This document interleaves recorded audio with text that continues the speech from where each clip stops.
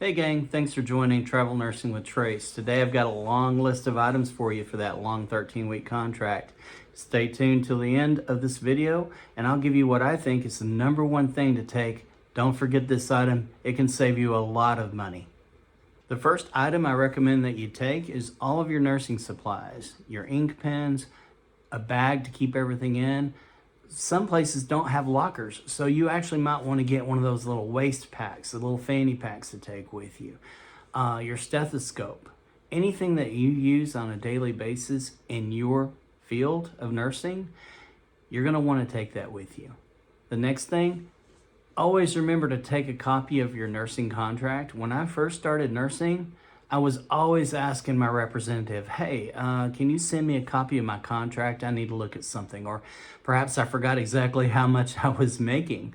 So take a contract with you. It's always good to have in case you need to refer to it. And sometimes your hiring manager or the manager on the floor doesn't know the ins and outs, the little details of your nursing contract, and you actually may have to refer to that with them if they ask you to do something that maybe you don't usually do or you're not comfortable with that wasn't contracted. So have hard proof of why you're there and what your limitations are. Next up on the list is call ahead. Talk to your hiring manager. Make sure that they have scrubs for you, or do you need to bring your own? And if so, what color? I'm an OR nurse, so scrubs are pretty much always there for me. You know, we have to comply with infection control policy and protect our patient community. So we have scrubs provided for us, but a lot of nurses don't. So call ahead and see what's going on about that. Next up, I would say would be thermals if you're going to a cold area. Right now, I'm in Omaha, Nebraska, and let me tell you, it's cold. I'm a Texas boy. I'm from down south, and I'm not really used to the cold weather, so thermals is something that I like to bring with me just to make sure that I'm warm all the time. Another great item would be a lock for your locker, whether it's a key lock or a combo lock. I can't tell you how many times I've showed up and there's not a lock for the locker, and I don't know anyone there, and I don't want to carry my wallet around with me or any other of my items. So a lock is always a good thing. A little $2 or $3 lock from the dollar store would do it. Just make sure you have a way to secure all of your items in your locker. If you're enjoying this content, please let YouTube know. It really helps me out a lot. Just smash that subscribe button for me. Don't forget your personal medications and any monitors that you may have. If you suffer from high blood pressure, you're going to want your blood pressure cuff. If you're diabetic, take your glucose monitor with you. Just go through those a number of times because it's very difficult sometimes to get the medications you need if you're away from home. Glasses, contacts, very important to be able to see. I do suffer from bad eyesight myself, so I always bring my glasses with me. Cleaning supplies is another great item that you're going to want to take. I know this sounds like a lot, but trust me, when you get to a place that you've rented on Furnish Finders or whatever, you're going to go and they're not going to have anything to clean with. Trust me on that. I've gone and there's no trash bags, there's no paper towels, there's no toilet paper, there's no broom, there's no mop, there's no trash can. Some of these things like the trash can, you don't have to take that with you. You can get when you get there, but for the most part, save your money, take what you have from home as much as you can just to keep the place clean while you're there. If you rented a place, you may ask the landlord if they have cooking supplies available. And what I mean by that are just pots and pans, forks, plates, cups, anything that you may need to bring from home. Save yourself some money, again, because you don't want to have to go out and buy all that stuff from Walmart. It's just easier to bring stuff that you have from home. Another thing is toiletries. Do they have soap available? Some places do. Some places have towels available. Some places don't. So you're just going to want to kind of talk to your landlord, get a feel of what you need to bring from home. That's always the best rule of thumb.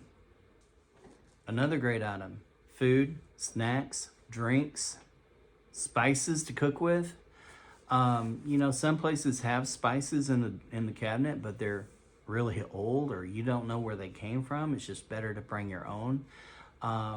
I like to take my lunch to work. It saves me money. I'm here to make money, so every penny saved is a penny earned, right? So bring a lunchbox, or if you're not a lunchbox kind of person, maybe just bring a few paper bags or something to put your lunch in. It's just more convenient that way. As I mentioned earlier in this video, I get really down when I'm away from home. I miss my family. I'm a homebody. So I like to bring things that I can do on my contract, something to keep me busy. I'm a writer. You know, I've got some books out that I've written in the past. That keeps me busy, but right now I'm focusing on my YouTube channel and bringing you great information, education, news about nursing, and traveling in general. This is what I like to do. So think of something that you can do to pass the time, because there will be some time where you're without things to do, and you know, if you get bored, sometimes it makes the contract just seem that much longer. Another item that you might want to consider, blankets and pillows. I've showed up at places where I've rented before. There's no blanket, no pillow, no sheet. The beds aren't always the greatest. So you may want to take a mattress topper with you. For me, comfort is everything. If I'm not comfortable for 13 full weeks, I'm really having a problem already, because, well, I'm spoiled. I need somewhere comfortable to be.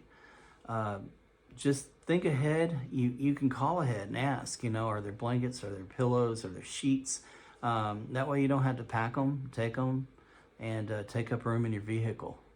I love to read. I have a Kindle, an ebook, so I always take it and hook up to the Wi-Fi, and I can download anything I want to read. My wife is a book reader. She loves to turn pages. She loves to smell the pages, you know, that smell that real books have. But whatever your choice, just make sure that you take something. Again, it's just kind of helps you pass the time. It helps me fall asleep at night. May have the same effect on you. It's just a relaxing pastime. So remember your book or your ebook. Depending on where you're traveling in the country, there may be inclement weather, thunderstorms, snow, whatever. Remember your coat and gloves, and you may want to take some rain boots with you, an umbrella. Whatever it is that you may need for inclement weather, just remember to take that with you. Again, going out to Walmart or whatever, you're not going to want to waste money on that. You can spend so much money on a contract because you didn't plan ahead. And stay tuned to the end of the video, because I'm going to give you that number one item that you're going to want to remember to take with you, because it can save you a lot of money. I like to travel with an oil diffuser. I like the smell of it. It relaxes me. I like sound machines. I take a small sound machine with me. All this kind of comes in to, you know, under the topic of relaxation. It helps me sleep at night. It may be something you want to consider after you've had a long, stressful day at work. Extra long chargers and a power strip. Your laptop. All the things that you may need to work with or maybe watch TV on. That's really important. Oh, also, the last place that I stayed in Odessa, Texas, they didn't have a television set. Even though they told me they did, they didn't have one. So 13 weeks is a very long time for someone who loves to watch movies, who loves to binge Netflix. You may want to call ahead, see if they have a television available. Some places will tell you, yeah, we have, you know, a local living room here that everybody shares. Consider that. You may want to have a television in your room, because watching TV with 4 or 5 other people and you only have one of them, it kind of becomes a problem if all they like is the Hallmark Channel, which is fine, I guess, if you like the Hallmark Channel. Just keep in mind, you're going to be sharing. So I always bring a small television set with me. If you're enjoying this video, please help me out. It would mean so much to me. Just smash that subscribe button there and share with other people. Let them know about me. That'd be great. So the other thing would be tools. If you're going on a road trip in your car, it's pretty far. It's not just a local contract, or regardless if it is or not, you really want to be prepared. So I like to have jumper cables, and I like to have some tools that I can do some minor repairs with. You may not be mechanically inclined. I'm not really either, but I know enough to be able to take a hose on and off, or maybe change the battery, or fix a little something that goes wrong. But just be prepared, because you can save yourself a lot of money having to call out a mechanic to fix it or put it in a garage if it's just a small, easy thing to do. So yeah, be prepared to take care of your car. Also, a good idea is to take it into a garage, maybe have the oil changed, and ask them to check all the fluids and wipers and everything. They'll usually tell you if they see something that needs to be repaired, like a hose or a belt. Just kind of get the one up on any car problems. I don't know about you, but when I bought my truck, it didn't really have a good jack or any way to take a tire off and repair it. So I went up to Harbor Freight. We have Harbor Freight. They've got everything. And I bought a small floor jack and a 4-way tire iron to be able to take the lug nuts off really easily, because one thing you don't want to do is be out at midnight on the side of a dark road in the middle of nowhere on your way to your contract and not have a way to really easily and conveniently change a tire. So a floor jack and a tire iron. Make sure you have phone numbers for emergencies put into your phone, your representative at your agency, your hiring manager, people that you may need to call in case of emergency. Have your addresses in your phone of where you're going. It would be great to have all those things, because you need to be prepared for anything. Also, have a map in your car, a good old paper map. Why? Because I've been places in the mountains where you're not going to get a signal. So if you're using a map app to get to where you're going, those can fail you, and you'll be wandering around in the middle of the night, down and up a mountain, all hours. So just take a paper map with you can refer to until you get phone signal again.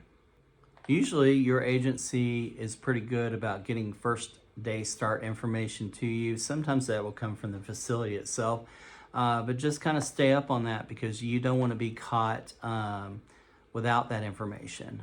Sometimes you orientate at places that are not the same place that you'll actually be working. Sometimes it can be in a building all the way across town. Just make sure you have your first day start info before you start. Usually comes on the Friday before you start. So if you're starting on Monday, you get it the Friday before.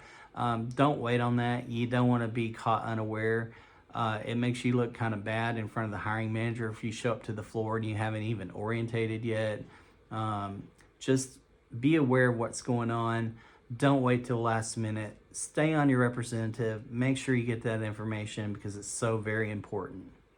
They make these little things that you can put under your doorknob. It's a little bit of a brace. I think it might be called doorknob brace. I think you can get them pretty much anywhere. Target, Walmart, Amazon.com. But just have a way to secure your door, because if it locks from the inside, it probably unlocks from the outside. And trust me, people have keys to those doors. Just be prepared to protect yourself. Think ahead. As promised, here's my number one item that you should never forget. It'll save you a lot of money. And that is a hide-a-key. Why a hide-a-key? I've locked my keys in my car twice, thousands of miles from home. And I've had to pay for a locksmith twice. I'm not one of those people that lock their keys in their car just absent-mindedly. The first time I was on call, I got called into a trauma case. I had my keys in my pocket, and as I got out of the car, they fell in the seat. Had to pay a locksmith for that. Second time, I was at a gas station, here recently, in fact, and I had the door wide open. I was standing there pumping gas, and the wind blew my door shut. Had to pay for that too. So a hide-a-key, make sure you get one. It's like $2 or $3. Put a key in there, that way you don't have to pay $300 or more a pop for a locksmith to come out. So I hope these items are useful to you. I hope this information was great. I hope you enjoyed the video. Please subscribe. We'll see you again next time. Happy travels.